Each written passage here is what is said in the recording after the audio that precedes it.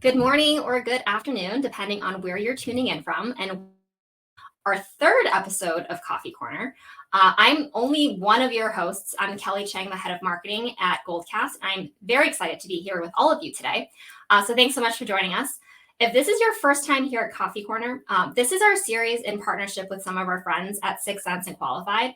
This series is designed for marketers just like you, who's looking to keep up with the latest trends, tips, and best practices across demand generation, content, and events. So hopefully you'll walk away today with a little bit of inspiration while you're at it. So today's episode, as I mentioned, is not our first one, it's our third. It's our third of fourth. And every quarter, we're going to be bringing a new episode to you, and where me and my co-hosts will dissect and discuss and maybe even debate on some of the topics that are top of our minds and many marketers' minds.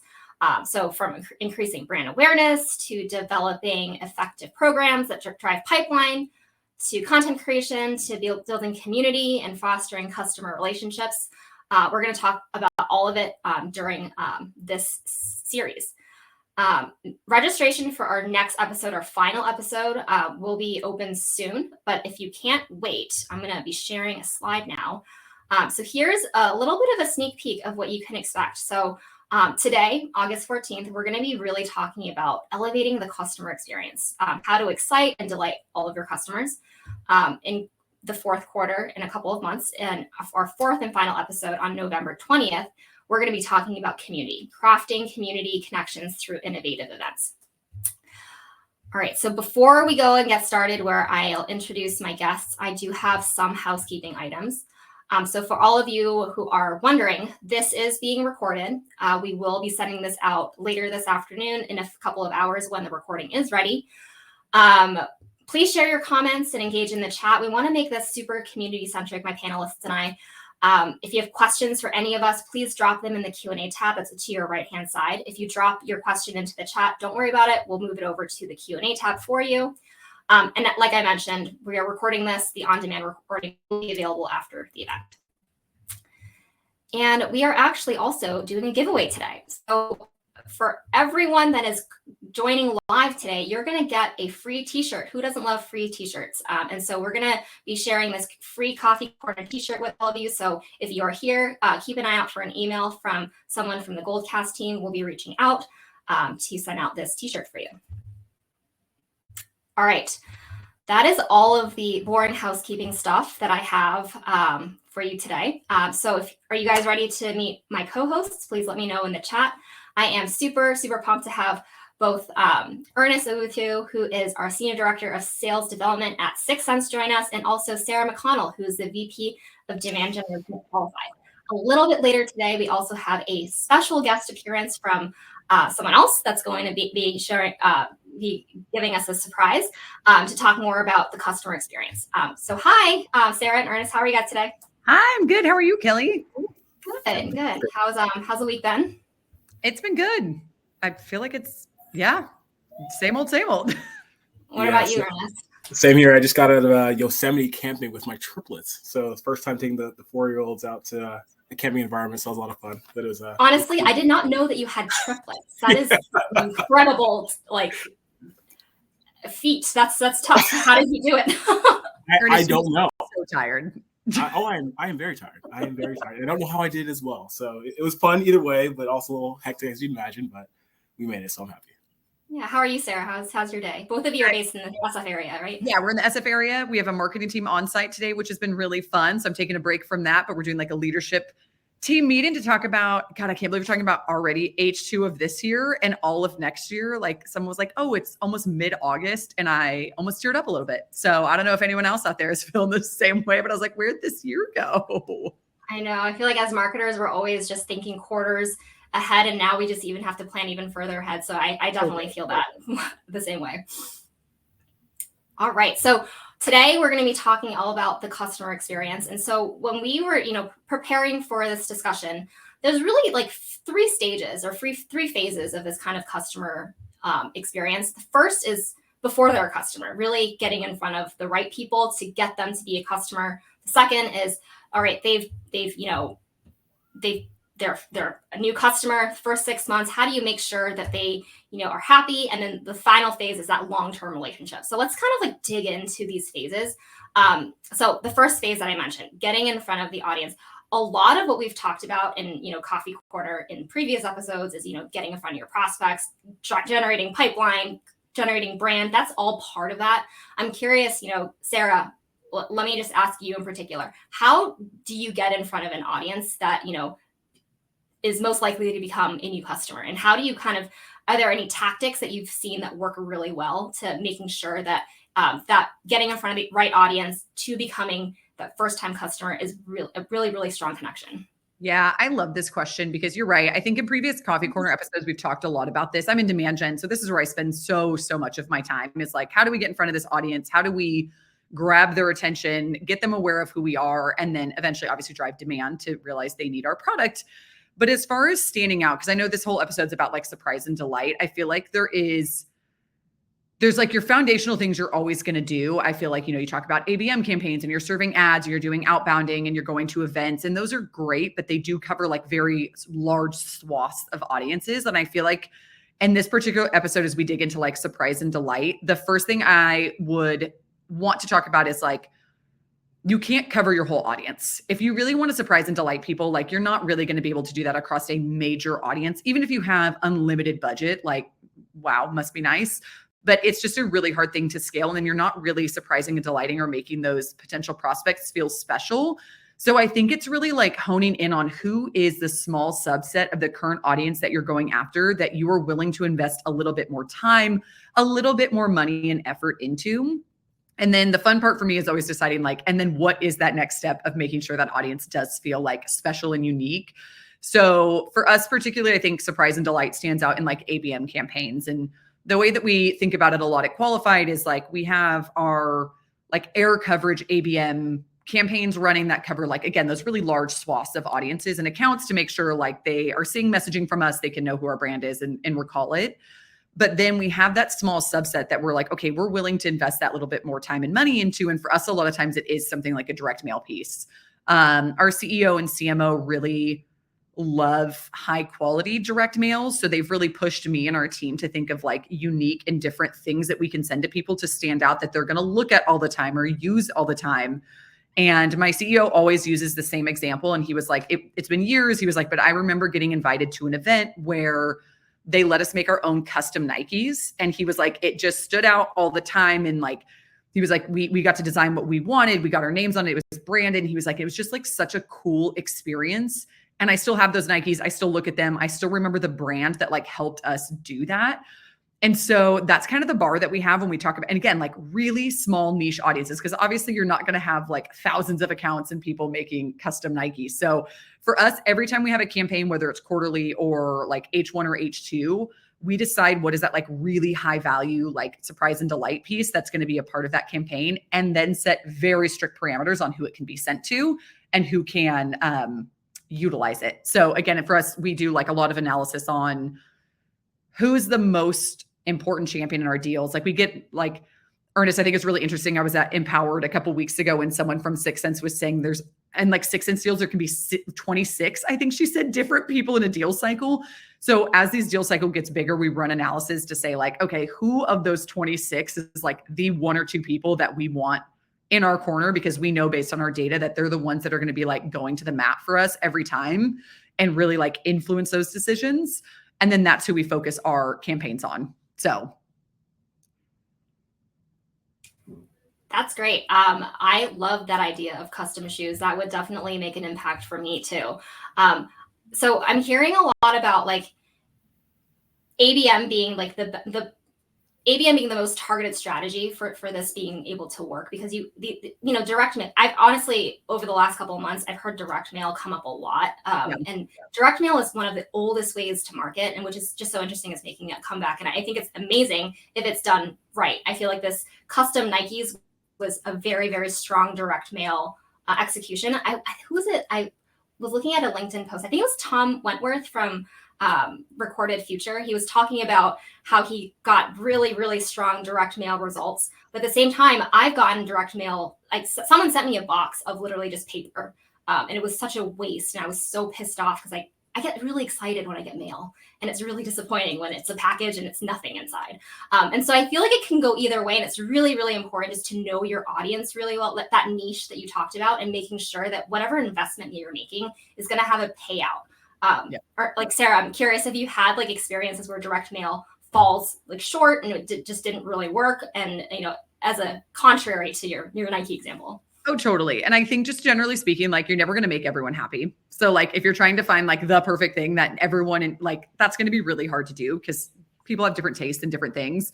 I saw Lindsay asked a question about like strict gifting policy. And actually, as an example, prior to working at Qualified, I worked for a cybersecurity company. We sold into CISOs and CIOs, and a lot of times we worked in like ed tech and government. And so again, they had very, very strict gifting policies. Like you could not give them things that was considered bribing, stuff like that. So when we thought about like surprise and delight or things to make us stand out with that particular audience, we did a lot of things around events that we knew they were going to be at. And we did things like whiskey tastings or go like, golfing, things like that. So it was, we really had to like work with our team. And one of the things that I really appreciated there is we had subject matter experts or product marketers that worked with those specific segments. So they knew those particular like gifting limitations and like what we could do. So to Lindsay's point, we couldn't just like send them something or gift them something, but they could participate in an experience. So we had to just kind of like work around that and find other ways. And then the second thing I will say just in general of like knowing your audience. And again, this is like marketing versus CISOs. Like I sell to CMOs now and demand gen people. I love it. I would never want to go back from selling into marketing. Being able to surprise and delight a marketer is so much easier in my mind because you said it, Kelly, like you love getting stuff, like you want to see things. And like one thing we talk about like surprise and delight and personalization, like Qualified's product is really focused on like a personalized experience on your website and being able to ingest a bunch of data and make your experience really personalized. Now for marketers, super cool. Like we will take screenshots of it, send it to them, and be like, look what we saw. And they're like, this is amazing. Or like this gift you sent is amazing. Flip that over to selling to CISOs and CIOs. They are like, you don't want to send them things. You don't want to give things too personalized because it weirds them out. So know your audience, know what you can and can't do. We found again, like CIOs and CISOs, whiskey tasting, loved it. They loved like a very high-end, nice experience. We'd like rent out a suite at like a hotel when we're at events. That always hit home for them. For marketers, we can get a little bit more out of the box because that's what they do all day. So they like that kind of stuff. So again, hopefully that helps a little bit. I think as you're analyzing your audience is like, one, you're never going to make everyone happy. So don't stress about it too much, but like talk to people in your industry, talk to subject matter experts, figure out what's going to be exciting for them. And also to Lindsay's point, like what might be limitations. So you're not wasting money and buying a bunch of gifts that you then realize you can't send them. Right. Ernest, I think that you have an interesting perspective on this coming from the sales development side. What are your thoughts on, being part of this account-based marketing strategy and also, delighting potential customers? Yeah, so I second everything that Sarah just said. I think one thing to kind of double down on is being very intentional with the accounts you're going after and the ones that you want to do, that you actually want to excite and delight. Specifically, again, even on gifting, we do the exact same thing over here. So our team has access to a gifting platform, and our rule is very similar. Like if there's an account that we see within 6 Sense that's in market, that's demonstrating all this activity, those are the only accounts that we can surprise and delight with gifts, right? So part of what our strategy from an SDR standpoint is we actually send gift cards. We send Lulu through Allison Sendoso, which our prospects love a lot, as well as looking at different aspects of like pet toys, for example. But specifically what we're focused on is whether it's through gifting or any other kind of platform, making sure we're building rapport. Because as we all know, when it comes to prospecting and trying to get in front of our prospects, a lot of people just kind of put things out there and don't really spend the time to actually care about what our prospects care about. So being able to go on their LinkedIn, look at their company page, go on news, and find ways to build rapport with our outreach is our primary method. So I guess a couple other ways we do that. So with job changes, for example, we monitor that very heavily to see when our prospects change jobs, especially if they're at a customer account. We send gifts to them. We send information that we know of those companies that's a little bit more specific to them. Secondly, I'd say we also spend a lot of time on video. So specifically, not just through video, through email, but more through LinkedIn. We've noticed that a lot of our prospects, again, they're inundated with all these calls and emails and different tactics that might be a bit overwhelming, but not very many SDRs are sending out videos. So our videos are very short. They're not very long. It's very focused on something unique to the prospect that we could potentially build rapport off of.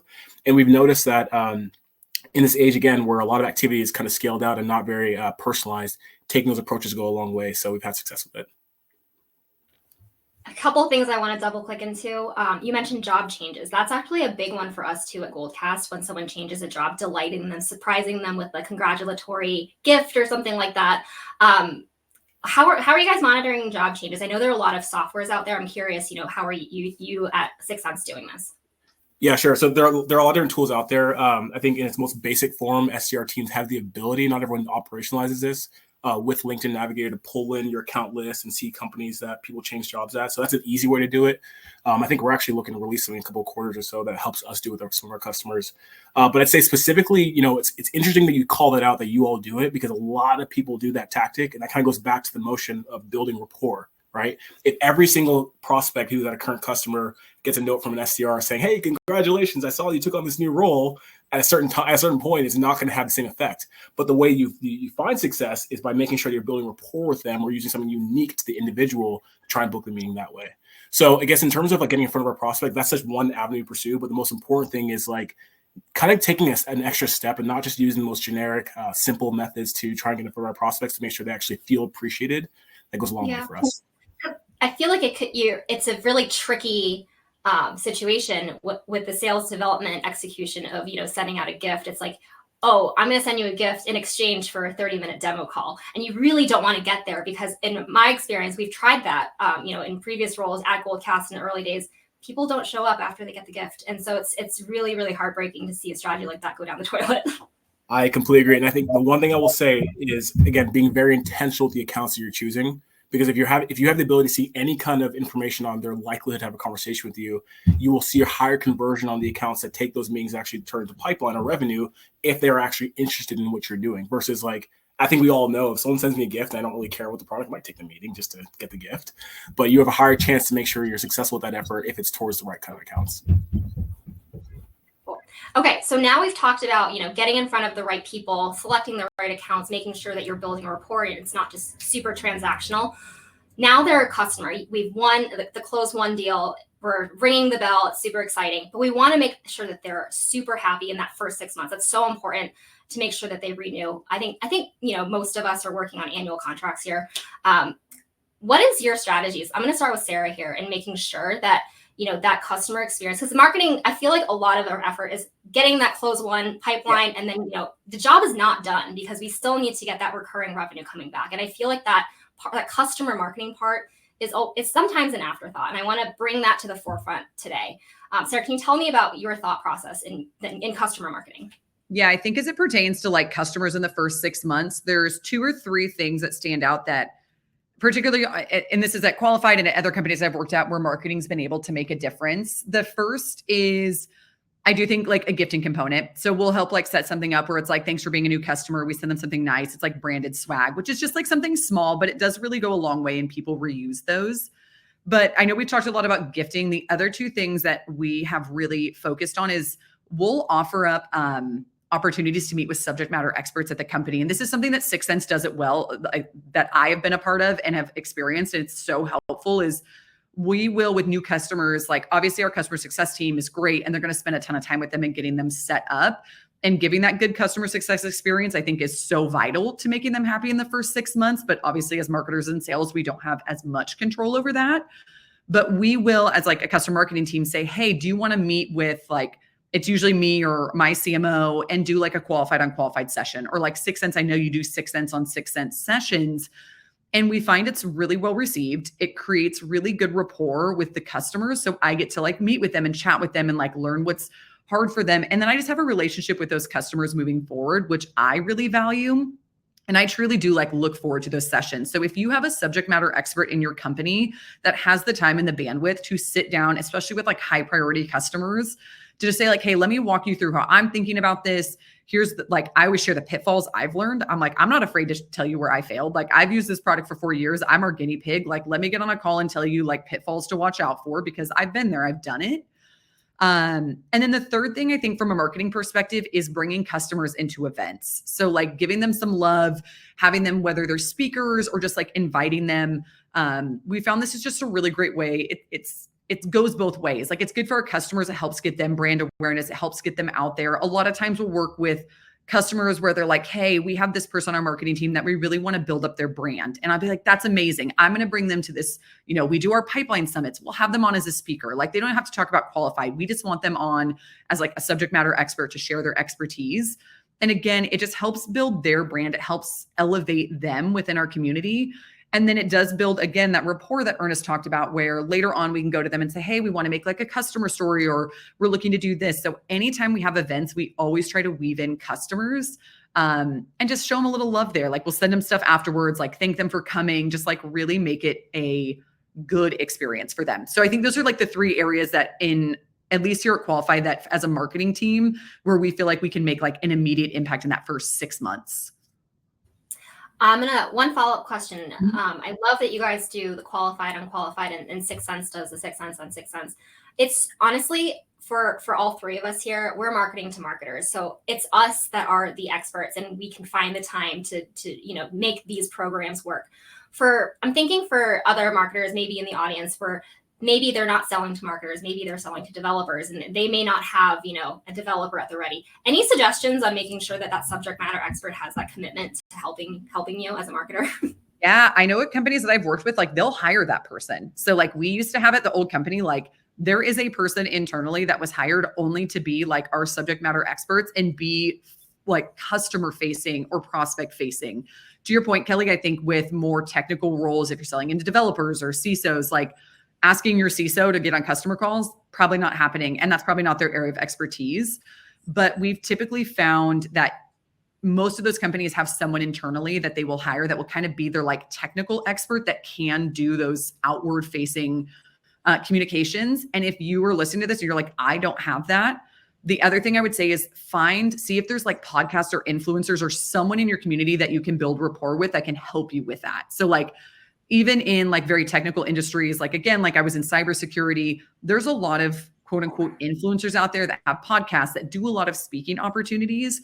And if you can build a good relationship with them, even if it's not about your product, just being able to like offer them up to like meet with people and chat, I think is super beneficial. So just see what you have internally. And if not, start to look externally and see if you can build a relationship with someone else out in the industry that you can utilize. Awesome. Thanks for that tip. Ernest, what are your thoughts on, maximizing value from that first time customer in that first 6 months? Yeah, definitely. So Sarah definitely took the words out of my mouth there. I'd say especially want to double down on the subject matter expert piece. Now, again, if you don't have that, I've seen it similar. I've seen some technical roles where whether you want to call it an evangelist or someone's a former customer that did the role, they will step in and if you hire and prioritize that role, kind of fill that opportunity for you. Secondary is obviously like, thought leadership. Again, most industries have some kind of influence or a thought leader that can be that resource for you all. I say separate from what Sarah mentioned, though, I'd definitely say leaning into field events. For us, we're very specific on making sure, like whether it's a baseball game or a spa day or something very specific that we just our customers opportunities to talk to each other and meet each other and share their best practices. That goes a long way. So leaning heavily on the field team to make sure that we're pushing up to the team and make sure we get as much as we can from that. Awesome. So now that we've had, the customer for 6 months, our goal is to, get them to re-sign. And I know that from our CS team, we start that renewal conversation like at least 3 months ahead of that date where we need them to sign. And we talked a lot about building rapport, long-term relationships. How are you at, Qualified and 6 Sense? I'm actually going to start with you, Ernest, on 6 Sense. How are you, building that long-term relationship, delighting and surprising your customers? I recognize that this, the customer success piece may not be the OKR or the goal that, the sales development team has. You may be gold on like meeting bookings for new prospects. But I'm curious in sort of your thought process for, delighting customers in sales development. How are you thinking about this? Yeah, sure. So similar to Sarah, as you can imagine, we're end user here at 6 Sense. So I'm one of the subject matter experts. And because of that, we actually have a handful of communities here. So we have CMO Coffee Talk as well as BDR Leader Coffee Talk, which I personally lead. And it's something that, honestly, it's not specifically to any 6 Sense customer. It's typically anyone in the industry can come and join. But it's an opportunity just to talk to other leaders, share best practices, learn from what's going on in the industry. And if you start off in the, call it 3 to 4 month post onboarding phase where you invite everyone to that, they have this resource where you can build rapport with them, you can share best practices, they can talk to other customers. Even as you get towards the tail end of the renewal, I mean, they have this great community they can lean on to, ask questions and make sure that they're taken care of before they decide to sign on to you again. So from my personal experience, again, I've been running the BDR leader community here for almost 2 years now. I know that it makes it much easier for us in those pre-renewal conversations to leverage the community and be an extra resource as we're looking to drive the renewal and get them as a customer again. Awesome. Sarah, what are your thoughts here? Yeah, I think community is such a vital piece, and 6th Sense does an incredible job of having communities.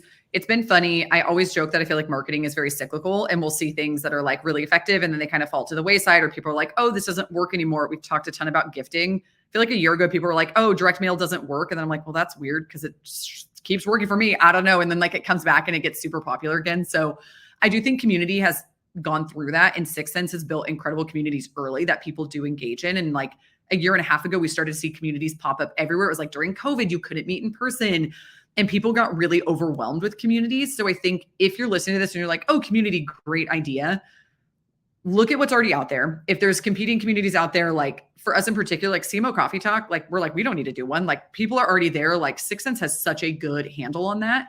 So we've looked at things of more like customer communities where it's, more focused on like customers sharing best practices, what they like, where you can kind of take those champions at brands and they can speak up a little bit more, share a little bit more. Now that is very time intensive. Like from a marketing perspective, you've got to have someone really dedicated from a customer marketing perspective, or like at larger companies, that's like a single person's role is to run cabs and run these like customer communities. But I do think it's really helpful for one, even in the first 6 months. So going back to the last question, like you can add people to those communities. They can talk to longtime customers. Why have you stuck around? Why have you expanded and renewed, and share some more like nitty gritty. But I do think it kind of keeps people engaged.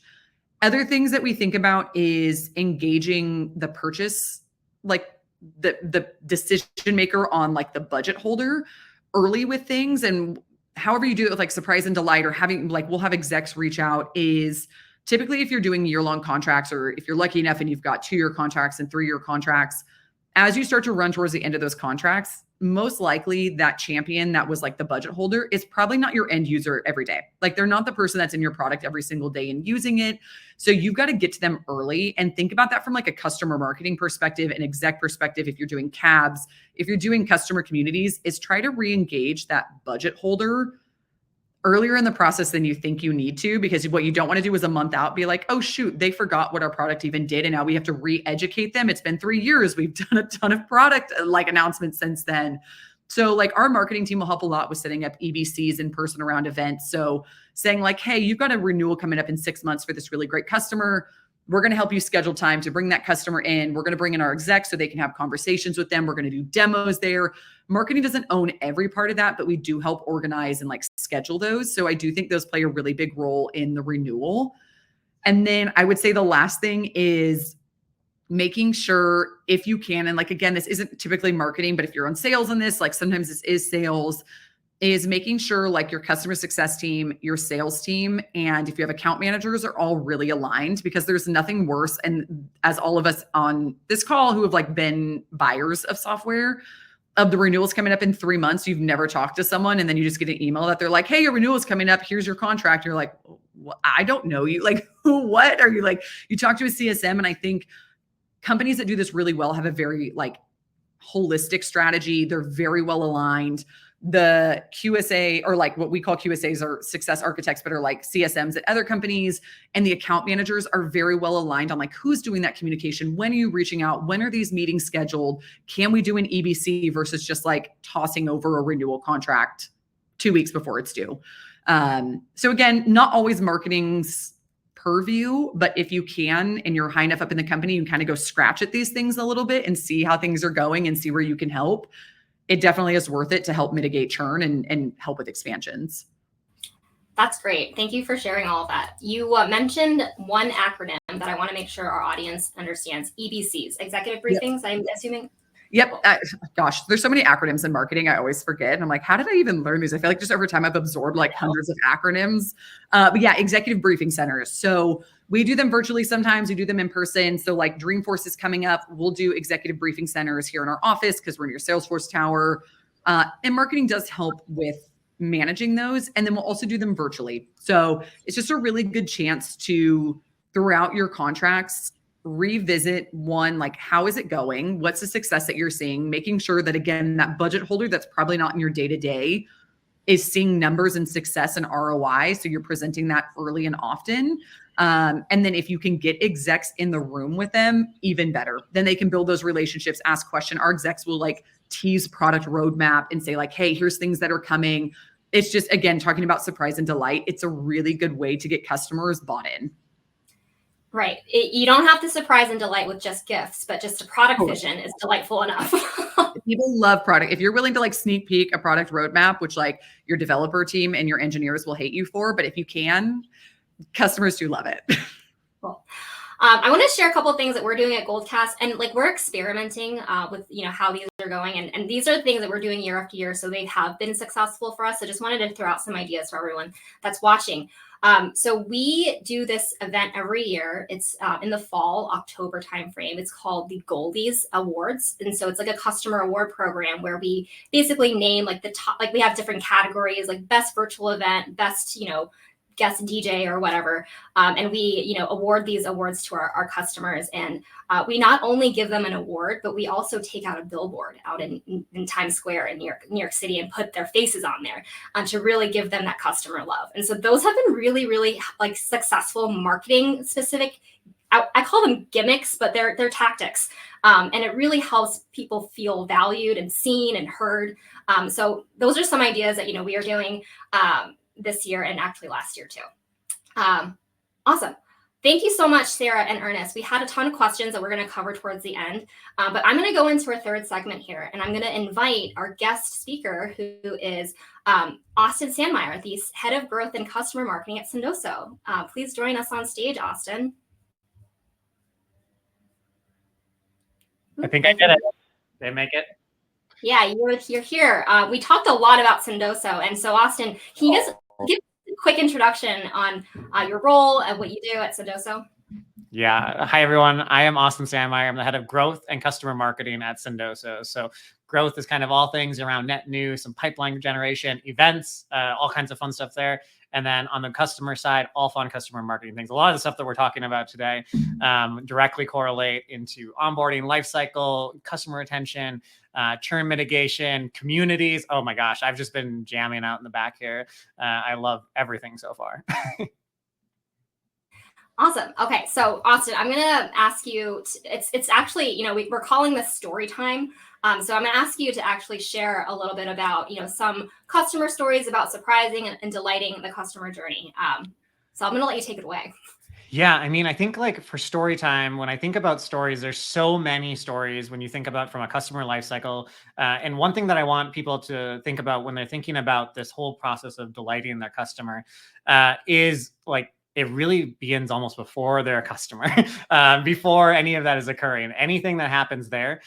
So during that sales process, they're having a conversation with the BDR, they're having a conversation with an AE. There's intel being shared. We can see that Sarah has an amazing Palm plan in her background. We can see, all things. We're picking up stuff as we go through this process. And so a lot of my stories revolve around using these types of data points to surprise and delight them as they go throughout their journey. So when they close, when they go into this onboarding stage, some of you guys, this platforms probably have onboarding. We have graduation of onboarding. So we have a little graduation ceremony type motion that we have in place. So there's a lot of really cool things. And one of my favorite things that was shared for one of our newer customers that joined, I think Katie's on the line here, hanging out in the background, but she actually sent, so when you think about customers, thinking about surprising and delighting and like really, really personalizing that surprise and delight, because you're using context cues from their sales conversations, from their customer conversations. There's Katie. She recently sent one of our customers, one of the CROs, she had overheard in one of the calls that they were going to be going to a Taylor Swift concert. And I don't know if all of you are big Swifties and you know about the Taylor Swift concerts, but it's a whole concert trend of like making friendship bracelets and handing them out and swapping them and doing that whole thing. So one of the things that she did that was a complete surprise and delight was sent them a friendship making bracelet kit. Like how awesome and cool of a memory. And like, I think one of the important things that Katie tied into there that I love to talk about is involving not just the person but they're family in, you know, holy and great ways that are great. Like if you can bring people in and celebrate, you know, not just the person and, you know, not try to just win over that person, that is like been super impactful. Some of my favorite sends that I did back in the day, one of that I did recently was a coffee taste or chocolate tasting. So we would send little chocolate boxes with one of our vendors with a bunch of different chocolates from all over the world. I can promise you that that was one of the most exciting and fun experiences because I just saw everybody that I wanted, you know, all my prospects, all my customers on their Zoom and all of their children running around, eating chocolate, enjoying it. It was like the best. You would just see, there was one that was like a little kid and he was just covered in chocolate. He was sucking and melting it. It was just like, and like, those are the memories and the moments and the touch points, in my opinion, that like really drive that relationship and that connection, where you're really like, yeah, exactly. Just like that, it's what really matters. And like, it really pulls and creates that relationship at the end of the day, which is, I think, what we're all trying to strive for in pre-sale and in that customer motion. Awesome. I love those examples. Can you tell me a little bit more about customer advisory boards? I think, Sarah, you mentioned CABs earlier. Yeah. For those who don't know what CABs are, they're customer advisory boards. Austin, can you tell us a little bit about how you think about customer advisory boards as in delighting and surprising customers? Yeah, I think customer advisory boards can be super impactful for surprising and delighting customers. And I think one of the important things that, like Sarah talked about earlier and Ernest also alluded into, was like the ability to show your product, your upcoming things. Like while we all know that we make perfect software and there's no bugs and there's never any issues, sometimes customers want improvements and they want new things and they have feedback. And oftentimes they give you all that feedback. Honestly, some of the best gifts that you can give to your customers is giving those insights, those surprising and delighting moments inside of like, you know, this button that you really hated that you had to click 300 times to do something, we got rid of it. You can now put in a number there, blah, blah, blah, whatever. And so one of the ways that I like to work with surprise and delight is work with our head of product, head of engineering, making sure that the feedback that our customers are getting is going back into the product. Like all of our calls are recorded. This is recorded. And so there's all kinds of feedbacks that is happening with our onboarding, with our CSM calls, with our executive business reviews, all of those moments. Those are like touch points that oftentimes I will not be involved in. I'm not in every CSM call. I'm not in all of these things. And so one of the things that I do and many other people I know do is just record all of these, listen back to these videos and these audios and pull out the nuggets. We use Gong. There's a ton of video recording tools. And so we're pulling out all of these nuggets of like, oh, here's a product improvement. Oh, they love chocolate. Oh, you know, they are a big decaf coffee person. Oh, Ernest has triplets. Like all of these things, you know, that we're pulling out. Those are things that like we use and we put into our CRM and we put into our places so that we can come back to and we can use them for gifting. We can do personalized understanding gifting from our customer advisory board. As you prepare, like when you start thinking about a customer advisory board, oftentimes like it can be a lift, but it can also be light. There's like tons of ways to think about a customer advisory board, from how easy it is to how hard it can be. And so I think you want to think about like what is the motion that you have for bandwidth and resources to do a customer advisory board, because you don't want to set up a customer advisory board where customers come, they leave great feedback, but it never turns into anything. You want to be able to have some home runs, some quick, you know, base hits that you can get out of the way. So thinking about that and making sure that you tie in with the product and engineering team, and then you're using, you know, all of the feedback that I talked about here, you know, the palm tree, the triplets, the chocolate, the decaf coffee, and you're using those as the invites, the surprises, the delights moments. You're inviting them to a customer advisory board with this, you know, their favorite Phil's coffee of oatmeal cookie gift card, or, you know, you're doing some type of personalization, because, you know, the invite to be in a part of customer advisory board doesn't need to be a standard invite for every single person, the same exact thing. Like you can switch it up. You can make everything kind of customized and personalized, which I think is really fun. This is so fascinating because as you're talking about this, I'm thinking like, it's almost like you're going on a date with these customers and you want to make sure there's a second date. So you remember certain things like what they're wearing and what they ordered, what their drink order was. And so that can be really tough to do at scale, because it feels very manual because it's so personalized. Can you tell us a little about how you're automating some of this? Yeah, so we do have some automation inside of Gong, as I alluded to, of like customer, talks about this product feature, and we flag it, and we get an automated email that comes in our emails. So we have some of that set up. We also have some of my I have things based off. So all of our product data comes into Salesforce. I'm watching to see who's using the platform, who's not using the platform, what's their kind of like health score, and so then I start looking at like, okay, how can I use this and then marry that with the Gong calls. I don't listen to every hour of my CSM's Gong call. It'd be nothing that I do all day, every day, forever and always. So I use that to prioritize some of the people. Someone that used to be a big sender is not using us right now. Why are they not using us? And then I go and I look inside some of the Gong calls and try to highlight those. So I try to block some times on my calendar to just go in. I'm really not reading. So there's two ways that I kind of do it: transcript and super fast listening. Transcript is kind of the easiest because you can just scroll around and see what's going on, where the problems are. The first 5 minutes and the bottom 5 minutes of the call aren't usually that impactful. It's somewhere in the middle there. And then the super fast listening, one of the jokes that I have with my team is I don't really listen to Spotify that much. I'm mainly listening to our customer calls. And when you see me with headphones on and I'm not actively on a call, I'm probably listening to a customer call that I wanted to know something about. So that is where we're getting some of the intel data from. And then we put it in either Catalyst or Salesforce and sync fields across them for some of the insights that we want. Like, what do they like? What do they hate? What do they love? Some of those things that we include.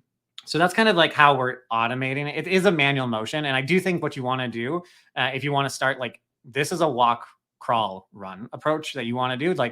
You do not need to be doing all of this. Pick a couple of customers that you recently closed in your ICP that you love and you want to do more about. Start doing it with them. A couple of customers, a couple, champions, and then using them and finding, who are the main players that I want to know more about in this account, and listening to those calls, seeing, understanding those emails. You don't need to do this for your entire customer base. It's going to be too much, and it's not very scalable. So as you go, you can figure out, little tricks, little things. You can copy and paste transcripts, put them in ChatGPT, tell them to pull out the important, insightful, personal stories from there. You can do stuff like that to do it as well. So there's the little hacks here and there. There's not a perfect system that you can just turn on, unfortunately, but that's kind of some of the automation I would lean towards. Yeah. So I think what I'm hearing is that definitely. So I'm thinking the way that I run my meetings, because I'm literally sitting in meetings from 9 a.m. to 6 p.m. and they're hour blocks, 30-minute blocks, 15-minute blocks, and they're back to back. And I'm just trying to get from one meeting to another.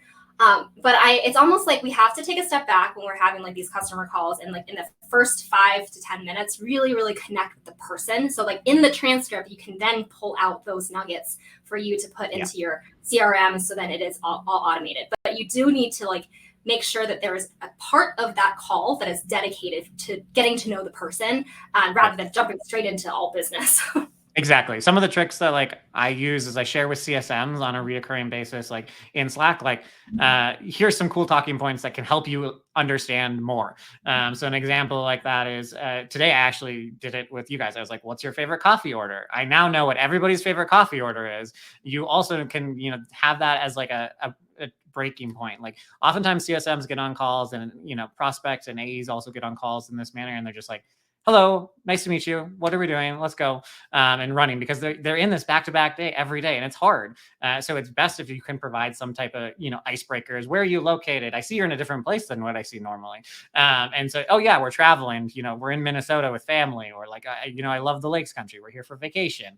It's oh, awesome. Great. Those are little tidbits. So I recommend having a little sticky note. I have sticky notes here that are all kind of just little icebreakers for you to just use to get a little bit more information on the person and understand who they are as a person. You're trying to build a relationship. Kelly, you made me laugh when you were talking about the dating, getting all the tidbits. And I was yes, that is me in a nutshell. If you were to look at my wife's contact, we've been married for 5 years. My wife's contact information still says what her favorite, ice cream is, what her favorite, drink is, her favorite type of Italian food, color, all of those things are all in her contact still. And so that's, same type of motion that you're using with a customer to continually have those dates and those conversations. And you've got that close one. Yes, I got the close one. We've been married for 5 years, so it worked. Awesome. Well, I love how this is kind of like coming full circle, because in the beginning we're talking about building rapport, and this is exactly it, continuing that rapport through like this customer success side of things. So thank you, Austin, for coming in and telling us, your customer stories and how you're surprising and delighting over at Sendoso.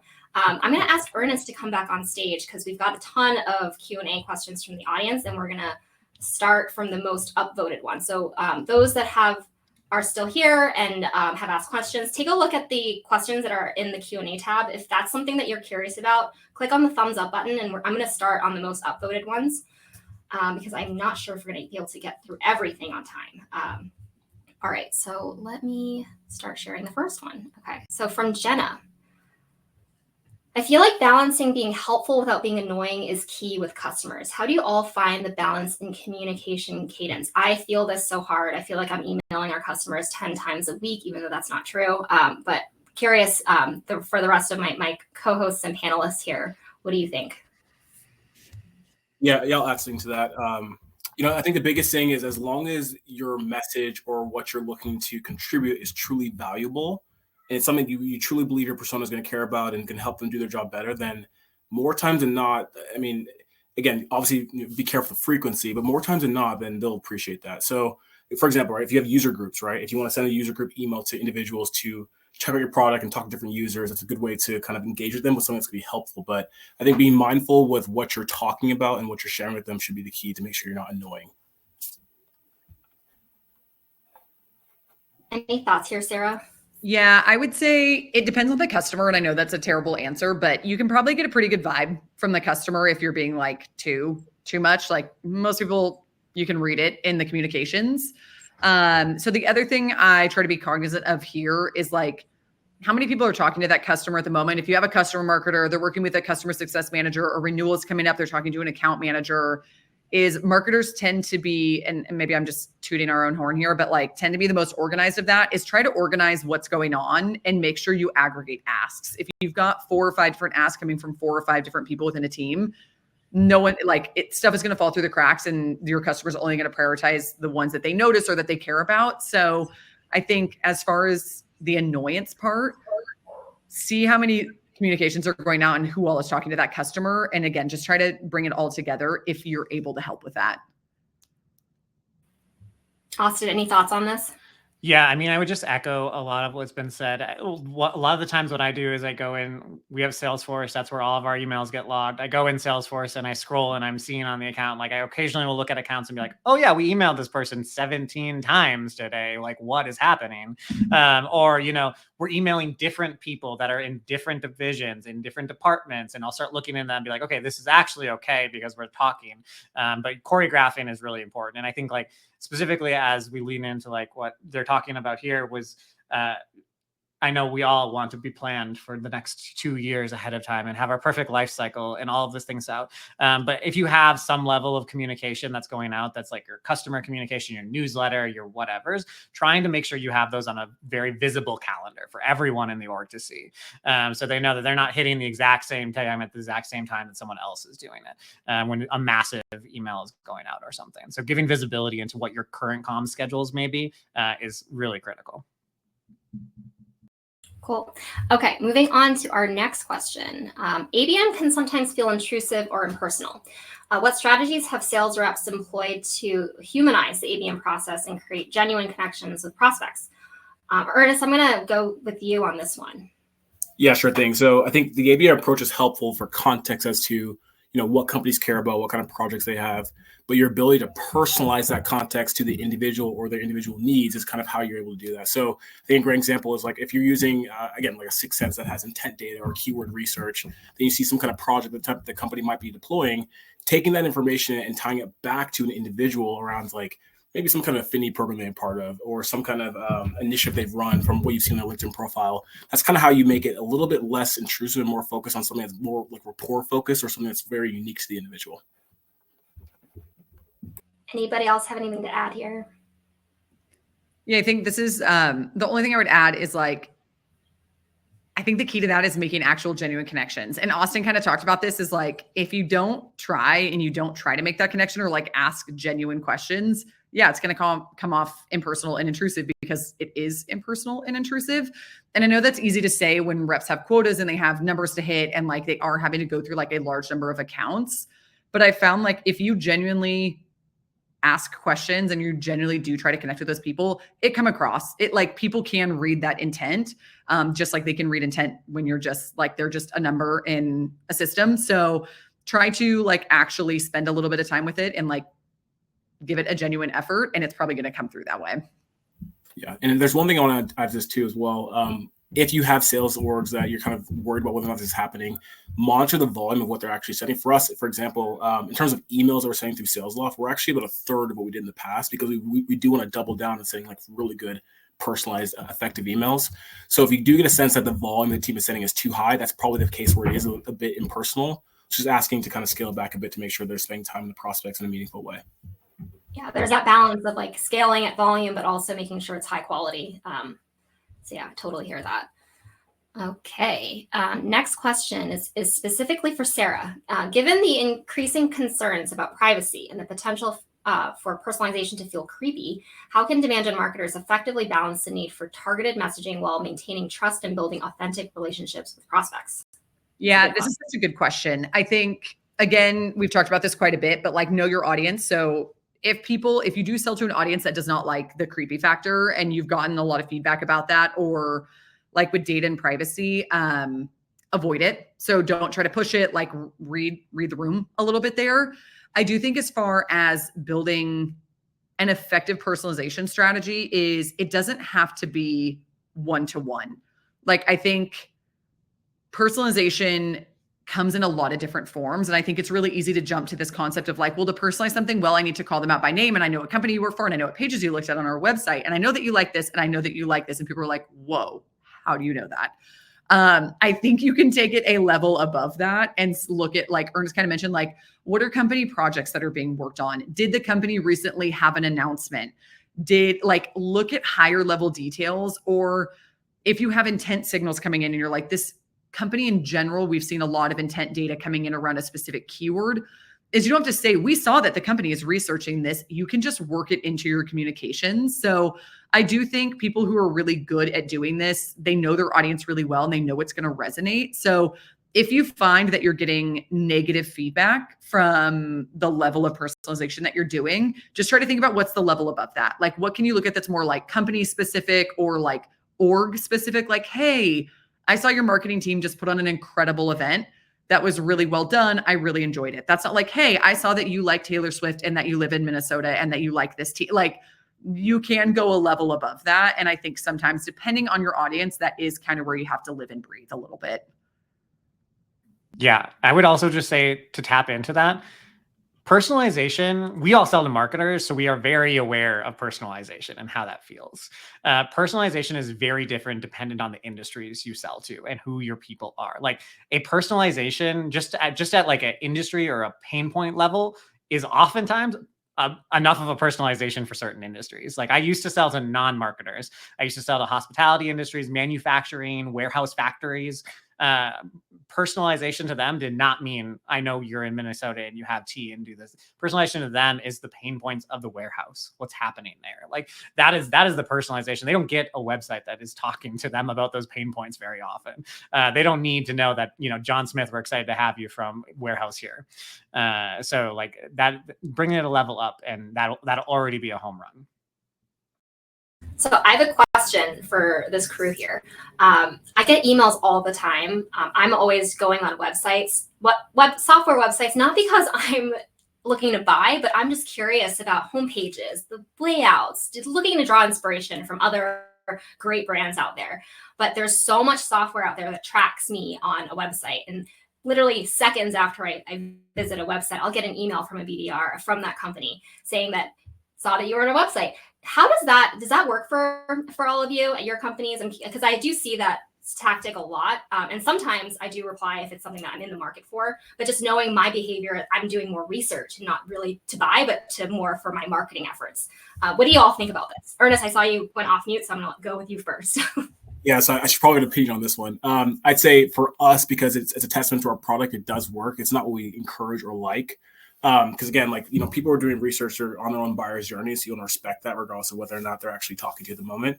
But again, kind of what was mentioned earlier, I double down on what's actually happening at the organization aside from that website visit. So like if someone's on, for example, sixsense.com/ABM buying guide, like clearly there's something going on about ABM, but maybe they just recently hired or they posted an open role for an ABM practitioner, right? So I'll take that ABM practitioner role, talk about it within the JD because of what I saw from the website activity. So doubling down on like understanding what's actually happening because of those website visits and those keywords and finding different sources so it's not as creepy. But I would not encourage teams to explicitly say that, because I think a lot of people, especially in different industries outside of sales and marketing, find it very creepy, but you can still take and be effective with it.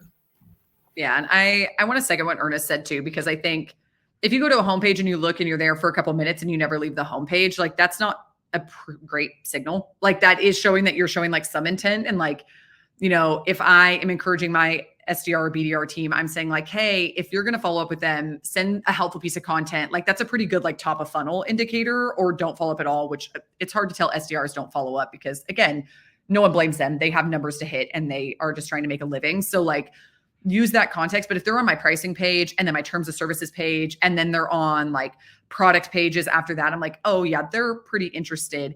I also think being able to like work with your ops person to make this a little bit easier to digest, like things like we pull out, we change intent data, or like if we have our own formula for intent where we'll combine things like from qualified signals and Six Senses signals and G2 signals, is if they've been to like career pages, taking that off, like decreasing scores and intent for that. So like there are things that they could be doing that are a good indicator that like, yeah, they're just there to like poke around and tire kick, and it's not worth your sales team's time yet. 100%. Yeah.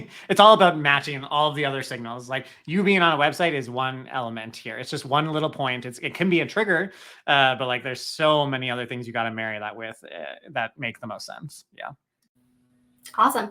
Well, I have our final question here that I'm going to direct to Austin. And then we're going to end the session today. So from Lisa, with work from home, how do you get verified addresses? Using a platform? Yep. That is one way to do it. So you can get work from home addresses by using a platform. You give them a link, sending an email. A lot of people, so like if you're a Sendoso customer, I have to use Sendoso here in this example, but we'll send Kelly an email, or we'll give Kelly a link to send in an email, put it in there. Hey, Kelly, would love to send you something. Can you confirm your address here? They click the link. They write in the address wherever they want. If you're a Sendoso customer, if you're any type of gifting customer, and I highly recommend doing this unless your audience is like 100% in office, in the location, what they're doing, but not everybody sells to that motion. So my recommendation, if you don't sell that motion, is always to try to confirm an address with someone, because even though I now live in Salt Lake City, I may be traveling for the next 2.5 weeks, and I would really like it to be where I'm going to be when you deliver it. Or I'm, moving, or I want it sent to a PO box, or many different components can be used there. So definitely, I highly recommend, asking in that manner. Using a platform is usually the easiest way. Most platforms will have some type of confirmation address management tool, because a lot of people don't love giving out their address to the individual person, which definitely makes sense. Yeah, we use Sendoso here at Goldcast, and I think that's one of our favorite things is that we don't have to collect the email addresses, because that's sometimes that may violate data privacy or whatnot. And so this really just lets me sleep easier at night, knowing that I don't have to manage my customers' personal data. 100%. Awesome. Well, thanks everybody, everyone in the audience who stayed throughout. Thank you so much to my co-host and Austin, our special guest here. I really, really appreciate the conversation today. We had so many great, segments and golden nuggets that we were able to pull out. If you guys do have any more questions or would like to connect with our speakers, head over to our speakers tab up top, and all of their LinkedIns are present there. But thanks again. We'll see you for our next episode, which is going to be in November. Thanks, everybody. Thanks, Kelly. Thanks, everyone.